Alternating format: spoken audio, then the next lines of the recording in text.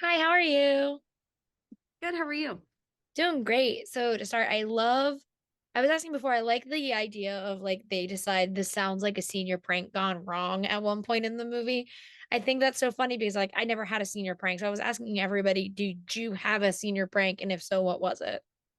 We didn't do senior pranks in my high school, but we did like Hell Week, where where when you were a senior, you had a freshman, and then you had to kind of like haze your freshman.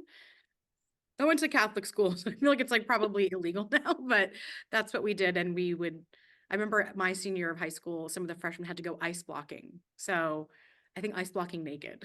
Oh my gosh. That's almost as bad as ruining someone's life with saying that they murdered somebody, but not quite. What I do like about this movie is I love the heightened comedy that comes with a lot of these scenes, especially with the kids, because it is, they're accusing this woman of murdering someone and it gets so far and they never stop and think like the police are going to get involved with it.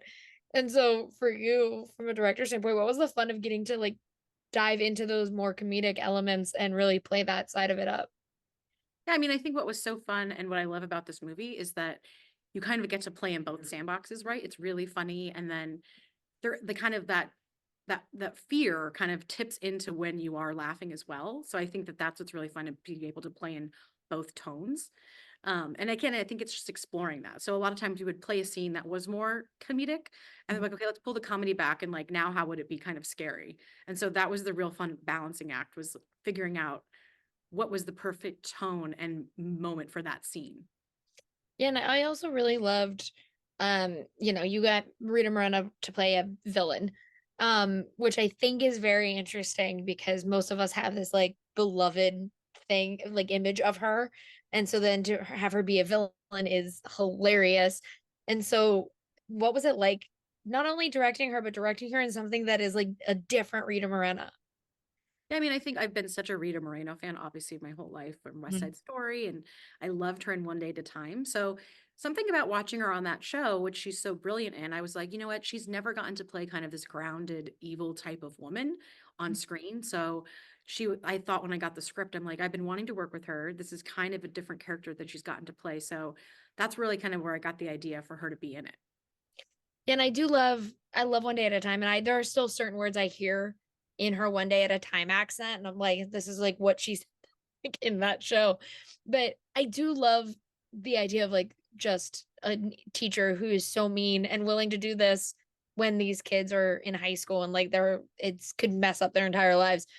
But when you are doing something that is so outlandish, but is also such a real fear, especially when you are in high school, that it's going to be out of your control, that you can't get a scholarship or whatever it is. What for you was the draw to telling this specific story? Yeah, I mean, I definitely had a teacher in seventh grade, Mrs. Jordan, who was kind of tough as nails on me. Like, she'd always told me I was too much of a social butterfly. She would take me out from the class and like make me sit at her desk with her.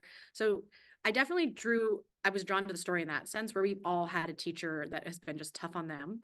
And then the other part of it is that I feel like in this landscape of social media and even family members that are so, have gone down that rabbit hole. I thought that was really interesting to explore, like what happens when you want to seek revenge in this day and age, and how far you can go and people believe things that are probably not real. Yeah, you said that and I instantly was like Miss Gillette. Like I had a teacher in my head that I was like, that was her. But thank you so much for talking with me today. I really appreciate it. And I can't wait for people to get to see the prank. Thank you so much. Thank you. Have a great one.